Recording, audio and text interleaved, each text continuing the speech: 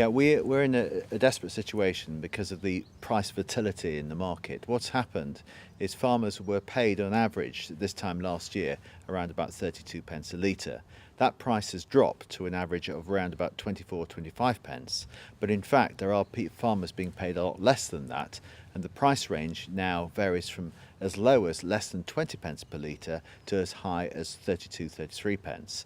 The problem is majority of people are being paid at the lower end of that scale. The issue is mainly with a co-op called First Milk, who tend to supply what they call the commodity market, where they are just being able to gain that sort of level of pricing for the milk. Whereas if you were supplying into what we call the dedicated supply market, for example, supplying Sainsbury's, Tesco's, Waitrose, M&S, their prices are significantly higher at over 30 pence per litre. Bear in mind that the costs of production are around about the high 20s or low 30s pence per litre. So a majority of farmers currently are losing money on every litre they produce. And what's the extent of the issue in the West Midlands in particular and the surrounding areas? West Midlands in particular, we've seen a massive fall in terms of the number of dairy farms. If you look over the last 10 years, the numbers have dropped in the region of 35% across the whole of the West Midlands. Probably the biggest drop has been in Warwickshire, as high as 48%. A lot of this is the fact, the number of reasons. One is the low returns on milk production. Succession has an effect, and also bovine TB is not helping the situation at all. And what is being done in order to stop the prices falling even further and hopefully get them back up again?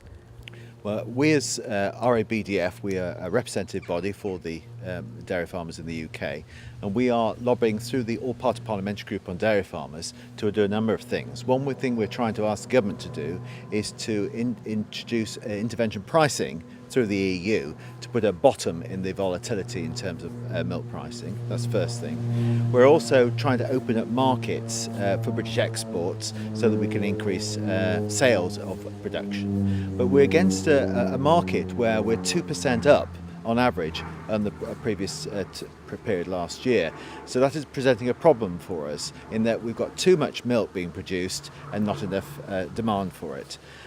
One thing that the British public can do to help us is to buy British. How do you buy British? If you look on the back of a pack of any dairy product, you'll find an EU health mark. If it says UK on it, don't just believe that, because that could be actually products just being packed in the UK, not necessarily made in the UK. You need to dig a bit deeper and look to see where the milk actually is produced. So look for products which have got the red tractor on them with the Union Jack on, and that signifies they've been produced to a high standard in the UK. So that's one way the public can help to raise demand for dairy products, which in turn will help raise prices for dairy farmers.